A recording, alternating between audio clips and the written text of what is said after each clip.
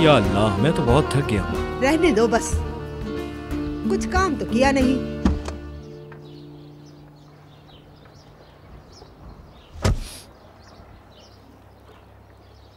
मेरी बात सुने भाभी, मैं आपके साथ रोजे में कहीं नहीं जाऊंगा, ये बात मैं आपको पहले से बता रहा हूँ। मैं भी रोजे में कहीं नहीं जाऊंगी, मेरे पाँव सूज गए हैं सारे। हाँ, जैसे मैंने तुम लोगों से कोई मुश्किल काम करवा लिया हो। और काम करवा लेती अम्मी, वैसे भी कलीरी खानदान वाले बहुओं से बहुत काम करवाते हैं। आपका बस चले तो खेत में भी हमसे ही काम करवा लें। बस अब चुप करो, अंदर चलो और अफ्तारी तैयार करो। हाय मेरे पाँव का दर्द। हर वक्त मुंह चलता रहता है।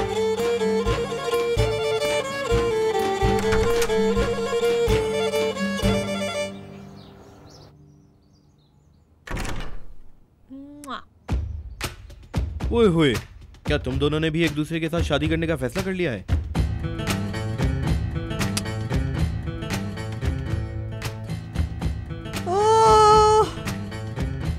अरे तुम भी अब एक बच्चे की माँ निकली, या अल्लाह।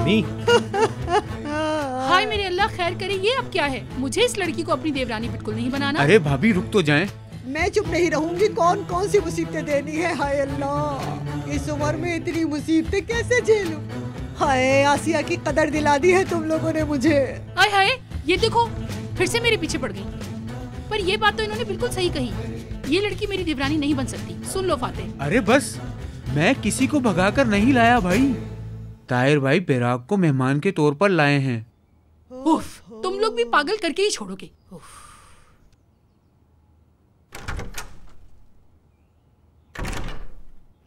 आसिया, हाँ। इतना शोर क्यों कर रहे हो?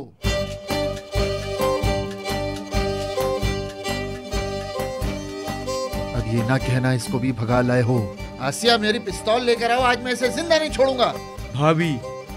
मेरे शौहर, क्या? एक सेकंड आराम से सुकून से मेरी बात सुने। इन्हें ताहिर लेकर आया है, मेहमान है मेहमान, छोटी बहन है उसकी। अच्छा, बहन है। बहन? जी भाई। ऐसे अचानक से देखकर ताहिर ही लाया होगा, वही लाया होगा।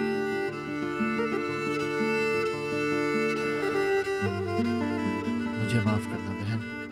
बाबा जान। बाबा की जान, मेरी शहजादी। ये कैसे हो बेटा? आपको पता है वो बोल नहीं सकती।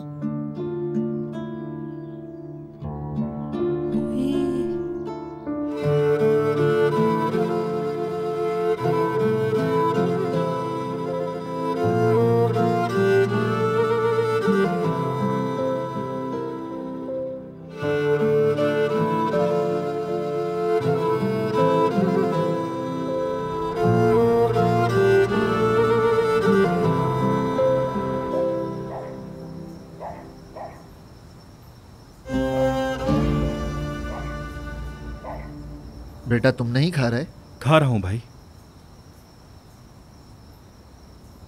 नफीस। जी भाई। बहन, अब क्या मरजान से मुलाकात हुई तुम्हारी?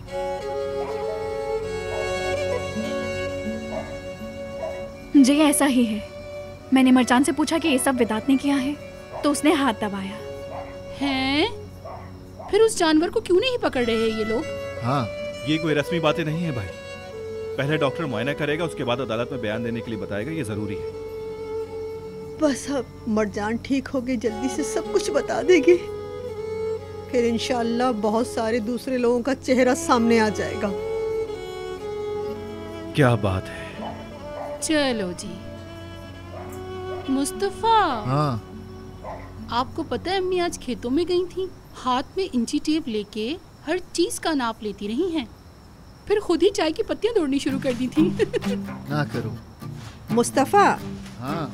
आज मुझे खेत में पड़ोसी मिला था, उसने कहा कि अगर अपनी ज़मीन बेचने का इरादा हो तो वो उसे बता दें, ताकि वो अपनी ज़मीन साथ मिला लेगा।